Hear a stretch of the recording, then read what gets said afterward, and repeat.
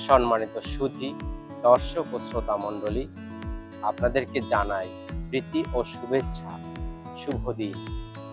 আজ বৃহস্পতিবার 24শে জুলাই 2025 খ্রিস্টাব্দ।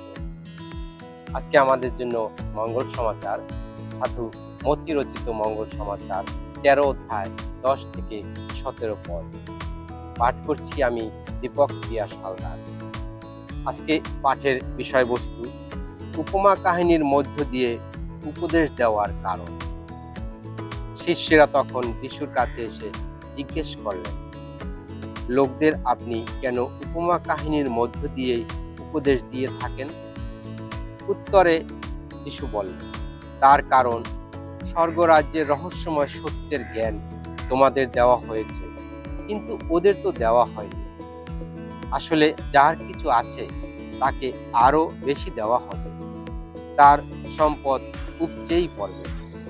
আর যার কাছে কিছুই নেই, তার যেটুকু আছে তাও তার কাছ থেকে কেড়ে নেওয়াই হবে। সেই জন্যে আমি উপমা কাহিনীর মধ্য দিয়ে লোকদের উপদেশ দিয়ে থাকি।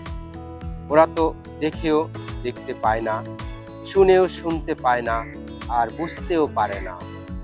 আর তাই ওদের মধ্যে সত্য হয়ে উঠেছে ঈশায়ার এই ভবিষ্যৎবাণী, তোমরা কান পেতে শুনেও বুঝবে না, তাকিয়ে দেখেও দেখতে পাবে না। কারণ এই জাতির মানুষরা অন্তরে স্থূল হয়ে গেছে, কানে খাটো হয়ে গেছে, চোখ বন্ধ করেই বসে আছে তারা। পাছে চোখে তারা কিছু দেখতে পায়, কানে কিছু শুনতে পায়, অন্তরে কিছু বুঝতে পারে, পাছে তারা তাদের মন ফেরায়, তাহলে আমি তাদের তো সারিয়েই তুলতাম। কিন্তু ধন্য তোমাদের চোখ, কারণ তা দেখতে পায়, ধন্য তোমাদের কান, কারণ তা শুনতে পায়। আমি তোমাদের সত্যি বলছি, তোমরা এখন যা দেখছো, অনেক প্রবক্তা, অনেক ধর্মাত্মা মানুষই তা দেখার জন্য ব্যাকুল হয়েছিলেন, কিন্তু দেখতে পাননি। তোমরা এখন যা শুনছো, তা শুনতেও তারা ব্যাকুল হয়েছিল, কিন্তু শুনতে পাননি।